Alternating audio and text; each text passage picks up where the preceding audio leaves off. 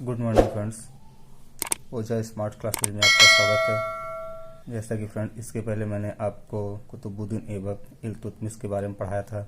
आज मैं आपको रजिया सुल्तान के बारे में पढ़ाने जा रहा हूँ, जिसका कार्यकाल 1236 से 40 है। फ्रेंड्स, हमारा वीडियो शुरू से लेकर अंत तक जरूर देखिएगा। यदि वीडियो आपको पसंद आए तो प्लीज़ हमारे इस चैनल को लाइक और सब्सक्राइब करना ना भूलिएगा। आइए फ्रेंड्स, हम शुरू करते हैं। रजिया सुल्तान, जिसका कार्यकाल 1236 से लेकर 1240 तक था। इल्तुतमिश की उत्तराधिकारी रजिया सुल्तान बनी थी। इसकी उपाधि देखते हैं। रजिया सुल्तान की उपाधि थी उमदत उल मिस्वा। ये क्वेश्चन इंपॉर्टेंट फ्रेंड्स, इसको आप याद कर लीजिएगा कि उमदत उल मिस्वा किसकी उपाधि थी? रजिया सुल्तान की। अभी तक क्वेश्चन ही आया नहीं, लेकिन ये क्वेश्चन आने वाले भविष्य में बन सकता है। रजिया सुल्तान जो थी मध्यकालीन भारत की प्रथम महिला शासकिया थी।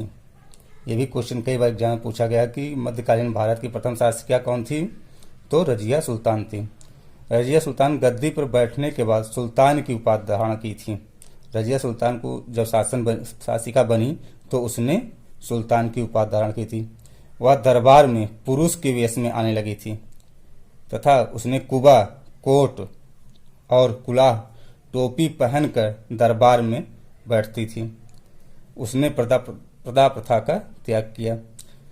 रजिया सुल्तान जो थी वो पुरुष की भांति दरबार में बैठती थी। उसने प्रदा प्रथा का त्याग कर दिया था। एक अबिसिनियाई हबशी जलालुद्दीन याकूत को अपना अमीर आखोर असुसाला का प्रधान नियुक्त किया, जिससे वह विशेष अनुराग रखती थी, जिसके कारण चालीसा ने उसके विरुद्ध षड्यंत्र प्रारंभ कर दिया।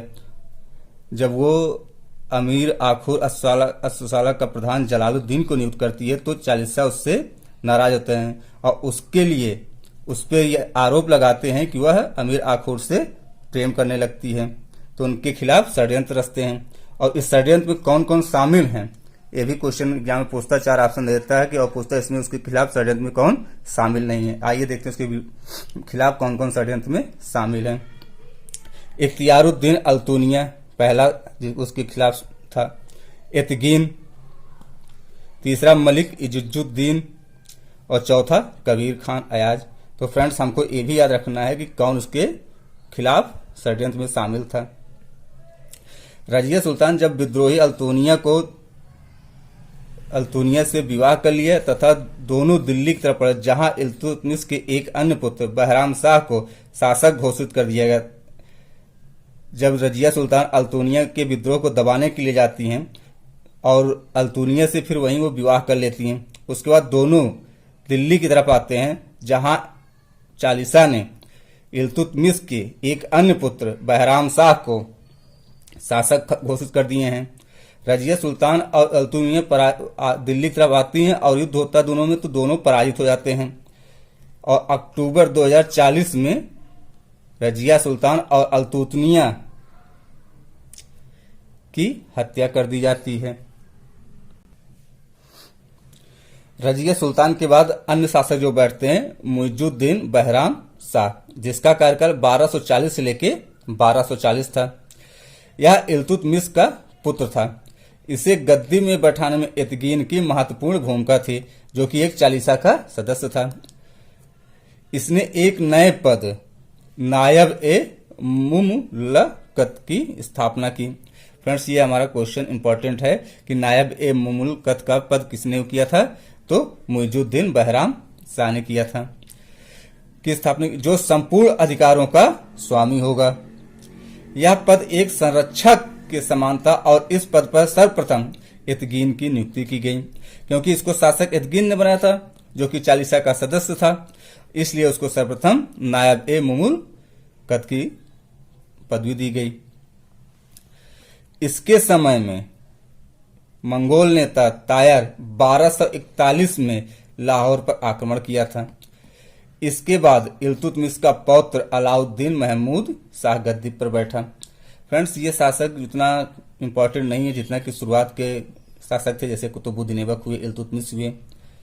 तो इसका कार्यकाल 1240 था। आइए अब नेक्स्ट शासक देखते हैं।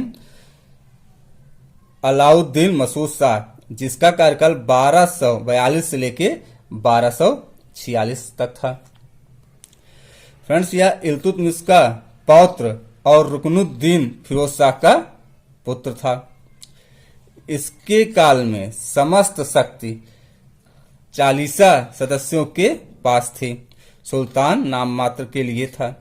इसके शासनकाल में 40 जो है बहुत पावरफुल हो गई थी, जिसके कारण सारी शक्तियां उसके पास थी। सुल्तान केवल नाम मात्र का शासक था, बाकी सारी शक्तियां 40 के पास चली जाती हैं।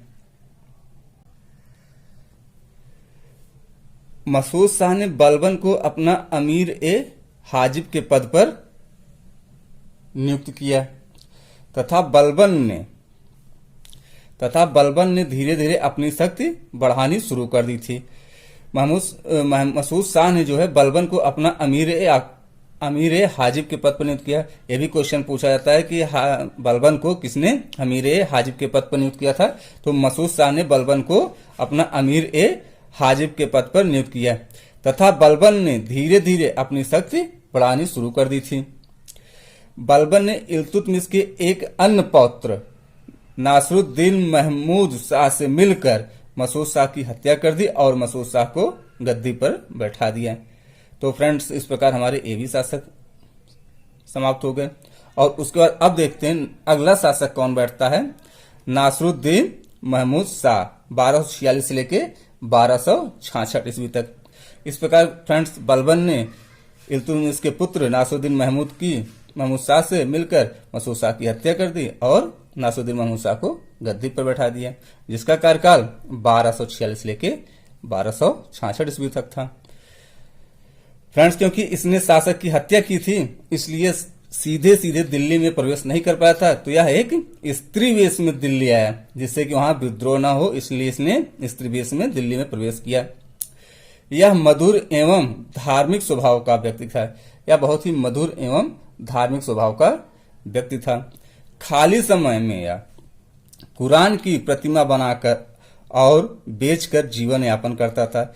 जब ये फुर्सत में रहता था तो एक कुरान की प्रतिमा बनाता था और उन्हें बेचता था और उसी से जीवन यापन करता था।